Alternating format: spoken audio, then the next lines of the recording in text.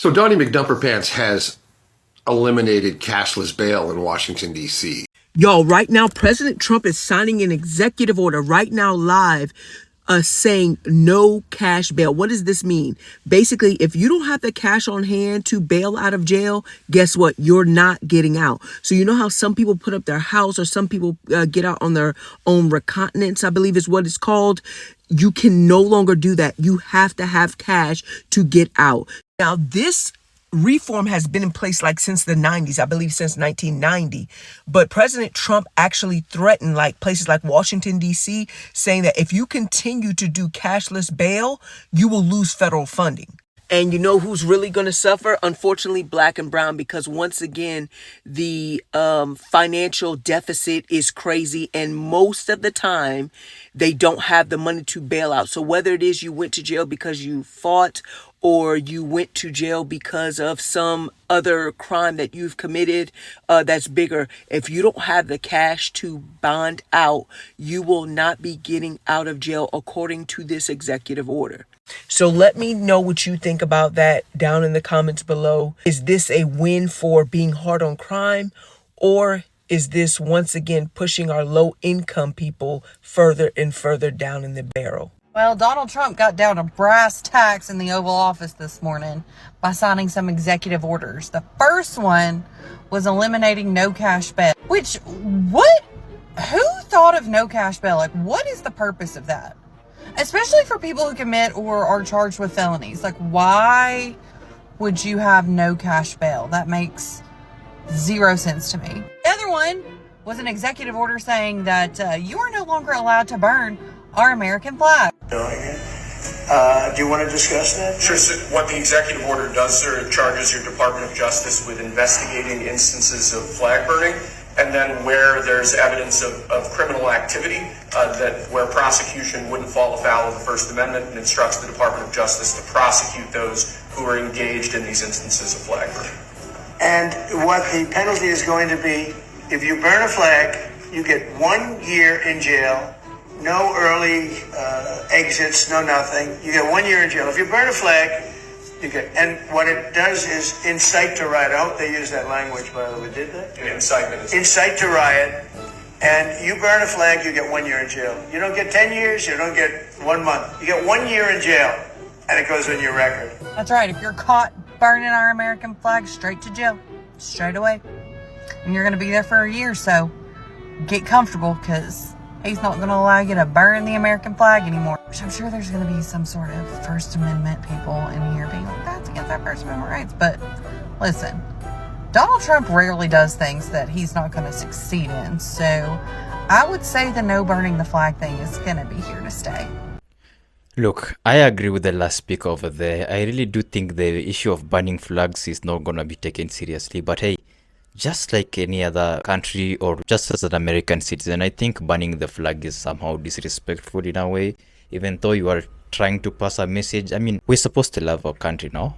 But hey, that's not the topic for today. Cashless bail. I think many don't understand. Even to me, at first, I didn't understand this concept so much. So I dug into it, and it's like a system where if you are arrested, you can be released. The court or the judge can release you, especially if you are not a flight risk. You're not going to threaten public safety, and your crime is not that big. Like, for instance, you cannot be given a cashless bail for something like committing murder. If your promise is good to return to court, then definitely cashless bail is given to you. And this system was aimed to help especially those people who are poverty stricken or those people who cannot afford these bails. August 25th, literally yesterday, Donald Trump sat down and signed an executive order to remove that, especially DC, or starting from DC. And many people would say this is so political, because why is he targeting DC? We've seen the previous 2 weeks he sent National Guard to DC in order to fight crimes, and also it's the same thing, removing cashless bail in order to reduce crime, where he wants the people who have been arrested to be held in federal custody. Also, those detaining facilities that release these people who have been arrested are under threat of defunding. That has been Trump's slogan for the longest. If you don't do what I say, I am going to defund your department. And I'm just wondering, this executive order, if it becomes to law, how much of it is gonna be executed or how much of it is gonna be implemented, because this one is a tricky one still, and it's gonna be hard, especially Yo, if you are poor, bro, you cannot do crime right now. That is not going to work for you, so you have to maintain a good record. That is not my final thoughts. We're gonna listen to more opinions and then we're gonna come back and give our commentary. So stick around. What we're seeing right now as he's signing this executive order is the president essentially trying to force Washington, D.C. to do away with this cashless bail system.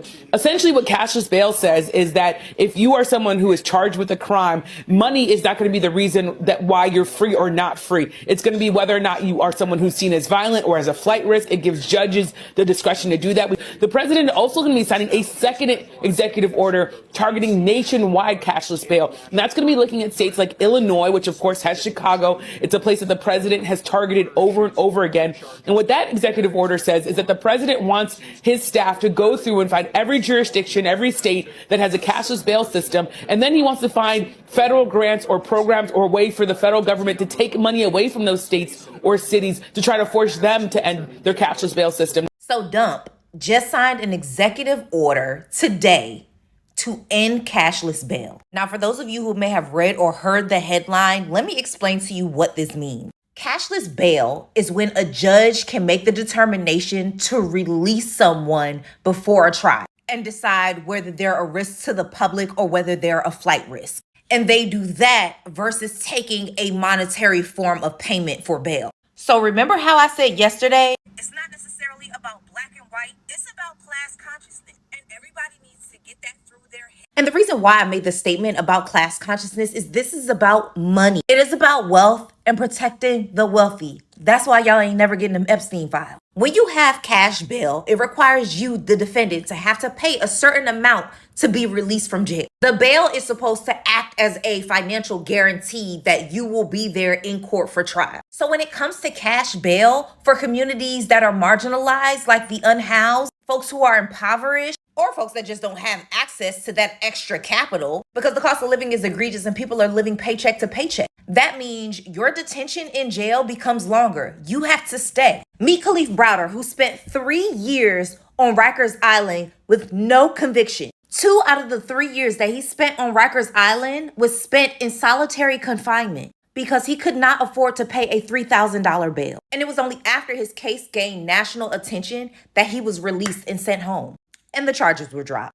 And trigger warning, he later died by suicide. Donald Trump is planning to sign an executive order that aims to eliminate cashless bail for arrested suspects in Washington, D.C., is being reported by Axios. Under cashless bail, a suspect doesn't need to pay money to be released from custody, from jail, pending their trial. This is criminalizing poverty even further. Donald Trump wasn't held in custody after he was indicted on 91 felonies in 4 separate jurisdictions in 2022 and 2023.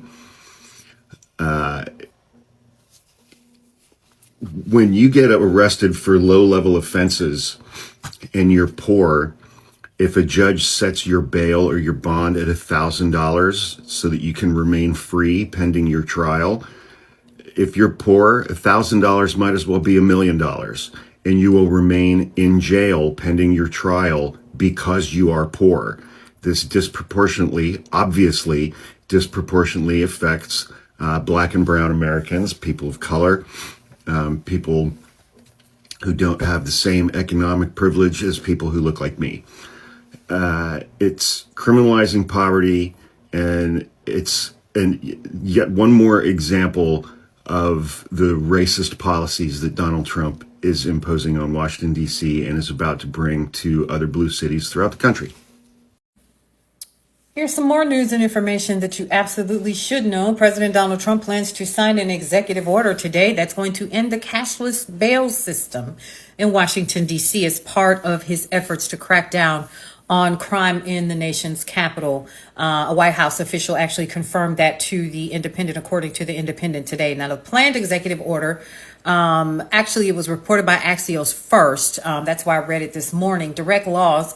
It actually directs law enforcement to hold arrested individuals in federal custody whenever possible, and allows the administration to withhold federal funding if officials continue using the cashless bail system. Cashless bail actually means it creates a fairer legal system for low-income defendants. You follow where I'm going with this? And reduce the number of people in jail by removing cash bail as requirement for pretrial release in some criminal defendant cases. Now, in these instances, a judge can decide to detain a defendant only if their case is, if there is evidence actually that a monetary bail amount is needed to ensure their presence in court or protect public safety. But the administration believes cashless bail allows dangerous individuals to reoffend soon after being arrested, despite there being little evidence to support that claim. And there's been incidences currently with them picking up folks, and let's be clear, Black folks, okay? Picking them up because they had an open bottle of liquor in public. Or picking up someone that threatened his life in a drunken stupor. So there you have it. And he actually said today, some people are calling me a dictator, and you know, some people like the fact that or want a dictator. Y'all. This is some breaking news. Donald Trump will reportedly sign an executive order ending cashless bail, and he'll threaten jurisdictions that allow it by saying he will take their federal funding. But here's the problem with that. Cashless bail is intended to help those lower income earners be on the same leveled playing field as those who make more money. Donald Trump literally had to pay $200,000 in bail. In fact, Trump actually got out on cashless bail in one of his cases, in the January 6th case. In America, people are innocent until proven guilty, and removing the cashless bail system means that most poorer people, and in many cases minorities, are going to be sitting in jail while they await their trials and while being innocent, while the wealthy people get to get out on bail. Remember when Republicans were all about states' rights? Well, now they have completely done a 180, and now it's all about what Trump decides. So they're all about big federal government, small states' rights, and whatever dictator Trump says is right is now right. This has become a cult of Trump, and MAGA is just buying right into it. Folks, stop thinking the law won't touch you, okay? President Trump just signed an executive order to end cashless bail. Not just in one state, but across the country. And he went further in Washington, D.C., forcing suspects into federal custody if the city won't play by his rules. Now, that means that one man's pen stroke just changed how freedom works for millions of people. Okay? Now, here's the part that a lot of people aren't going to tell you. That laws shift, politics flip, but structures outlast the storm. If your assets sit in your name, the system can seize them, freeze them, or drain them overnight, okay? But when you use trust and holding companies correctly, you create a firewall, okay? One that makes it much harder for shifting policies or sudden executive orders to uproot your wealth. Think about it. If the government can upend bail rules in just a single day, what do you think they can do to your business, your house, or your savings if you leave them unprotected, okay? The wealthy aren't worried because they already built the shield, okay? Their cash flow runs through holding companies. Their assets sit in trust that don't get rattled when politicians fight. So here's your takeaway. Stop gambling on stability, okay? Start structuring for security. Let me show you how to use the trust, the holding companies, and the operating LLCs to keep your wealth untouchable no matter what pen signs the next order. And also, do you support the ending of cashless bail? Not gonna lie, Chad, the last speaker almost left me lost because he started talking about what we are dealing with in this topic, and then he strayed a little bit. I thought that he was bringing in a case example, and then thereafter he brings back the topic. I mean, he's like all over the place. Or is it just me who is not understanding that concept? But hey, We are talking about Donald Trump signing an executive order to end the cashless bail in Washington, D.C. And it seems like Washington, D.C. is taking the jabs left, right, and center. Yes, we've just been dealing previously, the last 2 weeks, we've been dealing with Washington, D.C. and the National Guard's federalizing of the police department. And just because D.C. was one of the first states to enforce the cashless bail system, it's also the first state to be used as a test case for ending the cashless bail system, where if you get arrested previously, you would be bailed out without paying any form of currency or cash. Trump argues that this system is releasing killers, murderers, felons into the public and is threatening their safety. It's also raising crime rates in DC, stating that these people, once they are arrested, they keep on being released because of the same system, and he feels like that is a loop in the system, a hole in the system, and he needs to fix that. And fixing that means ending the cash bail.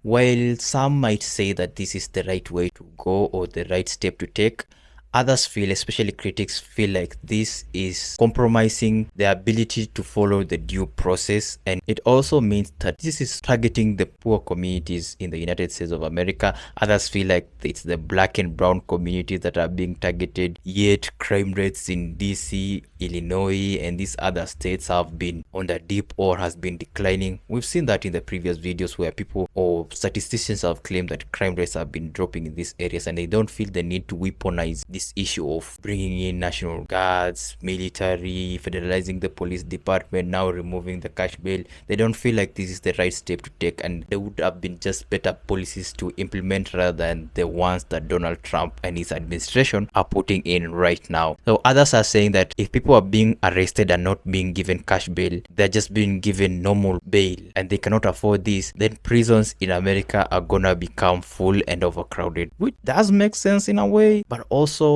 it feels like people are doing crimes intentionally if they know they are going to commit crimes, and then they are gonna be released because of the cashless bail. So it's a double-edged sword. It's a pretty straightforward thing, and to me, I really do think that this is not just about Trump signing an executive order. I really do think it's about who controls justice, who gets locked up, and who gets to walk free. Well, to him, this could be a test case or a proving ground, but sooner or later, the implication could ripple nationwide, where I really do think that it's gonna cause a movement where people would start to retaliate or causing political shifts. But of course, red states would take this as a win, as a struggle to fight against crime in these areas of maybe say Chicago, Illinois, Washington, DC. But if you see clearly, these are blue states. Why is he targeting blue states only? And why is he targeting the poverty-stricken communities? So you have to read in between the lines there and to understand. But hey guys, this is the point now where I've exhausted my opinions of how I look at this matter, and I want now you to share your own in the comment section down there below. Your thoughts are gonna be really insightful. Also, don't forget to go and check the original creators. Their usernames have been embedded in the Stitch videos. As always, go to their TikToks, follow, like for this channel. Make sure you smash a huge thumbs up button, consider subscribing, turn on post notifications so that you may not miss my next upload. And with that guys, let me meet you in the next one. Peace out.